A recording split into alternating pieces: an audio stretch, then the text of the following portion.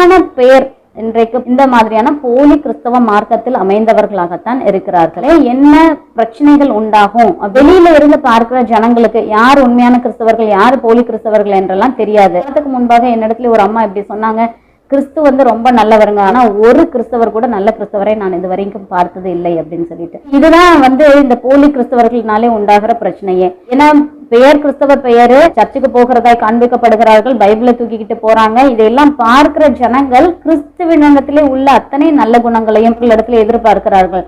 திருடக்கூடாது, பொய் சொல்லக்கூடாது, பிறர் பொருளை இச்சிக்க கூடாது, லஞ்சம் வாங்கக்கூடாது, பரிசுத்தமா இருக்கணும், அன்பு கூறணும். சோ இந்த மாதிரியான நிறைய விஷயங்களை அவர்கள் இந்த கிறிஸ்தவர்கள் இடத்துல எதிர்பார்க்கிறார்கள். ஆனா இவர்களுக்குள்ள ஏற்கனவே கிறிஸ்துவே இல்லை, இவர்கள் பெயருக்கு போய் வந்து கொண்டிருக்கிறார்கள். அதனால இவர்கள் அதை பிரதிபலிக்க முடியாததுனால உலகம் இப்படி யோசிக்குது, கிறிஸ்து ரொம்ப நல்லவர் தான், அவரோட டீச்சிங்ஸ் எல்லாம் ரொம்ப சூப்பரா இருக்கு, ஆனாலும் கூட ஒருத்தரும் அதை நிறைவேற்ற முடியாத இருக்கிறது.